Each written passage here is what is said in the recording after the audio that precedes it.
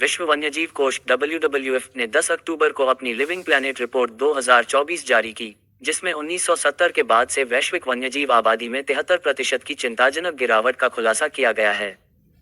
ये तीव्र गिरावट दुनिया की जैव विविधता पर मानवीय गतिविधियों के गंभीर प्रभाव को उजागर करती है और आगे की क्षति को रोकने के लिए तत्काल कार्रवाई की मांग करती है। जैव विविधता में गिरावट का कारण क्या है?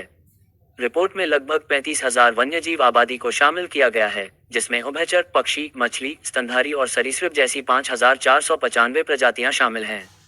इस गिरावट के मुख्य कारण हैं आवास क्षरण, वनों और प्राकृतिक वातावरण को नष्ट किया जा रहा है या परिवर्तित किया जा रहा है, जिससे वन्य जीवन के लिए कम स्थान बचता है। संसाधनों का अत्यधिक उपयोग, अत्यधिक शिकार, मछली पकड़ना और लकड़ी काटने से पशु और वनस्पति की आबादी नष्ट हो जाती है। कीट और आक्रामक प्रजातियां, गैर देशी प्रजातियां पारिस्थितिकी तंत्र को बाधित करती हैं और स्थानीय वन्यजीवों को नुकसान पहुंचाती हैं। जलवायु परिवर्तन और प्रदूषण, बढ़ता तापमान, चरम मौसम और प्रदूषण आवासों और प्रजातियों को नुकसान पहुंचा रहे हैं। ये गिरावट कितनी बुरी है? विभिन्न पारिस्थितिक तंत्रों में जैव विविधता की हानि अलग अलग होती है।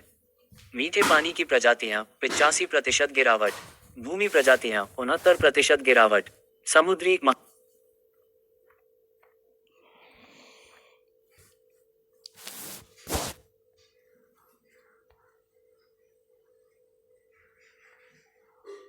विश्व वन्यजीव कोष WWF ने 10 अक्टूबर को अपनी लिविंग प्लैनेट रिपोर्ट 2024 जारी की, जिसमें 1970 के बाद से वैश्विक वन्यजीव आबादी में 73% की चिंताजनक गिरावट का खुलासा किया गया है।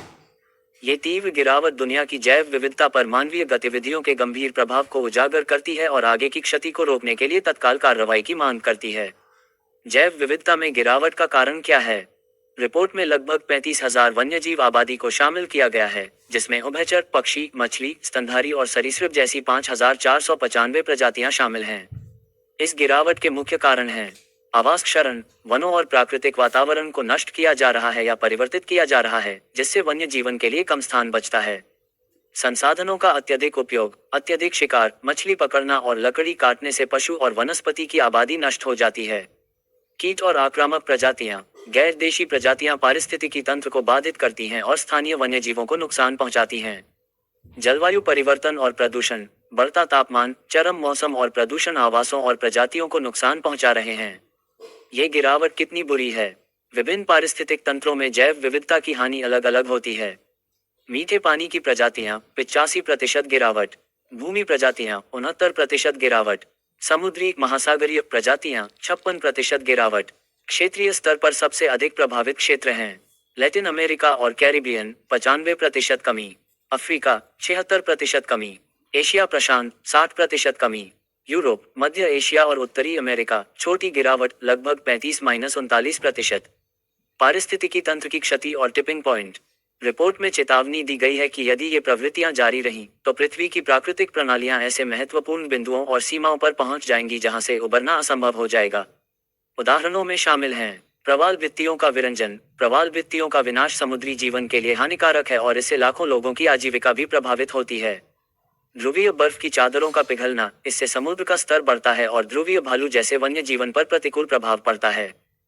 ब्राजील में बीज प्रसार, बीज फैलाने वाले बड़े जानवरों की कमी से पौधों की पुनर्जनन क्षमता कम हो रही है, जिससे पता चलता है कि पारिस्थितिकी तंत्र में सब कुछ आपस में जुड़ा हुआ है।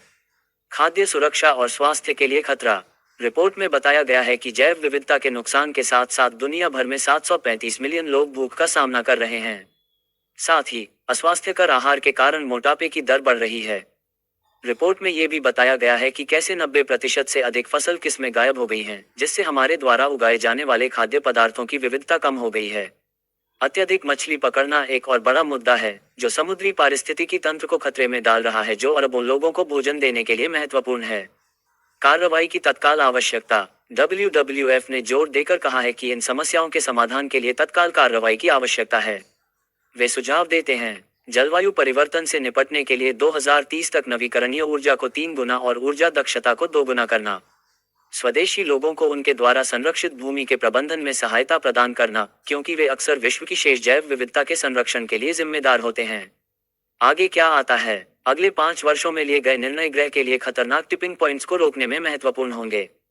WWF सरकारों, व्यवसायों और व्यक्तियों से आग्रह करता है कि वे जैव विविधता की रक्षा के लिए अपने प्रयासों को बढ़ाएं, इससे पहले कि बहुत देर हो जाए। तत्काल कार्रवाई पृथ्वी के पारिस्थितिकी तंत्र और अंततः मानव अस्तित्व के भविष्य को आकार देगी।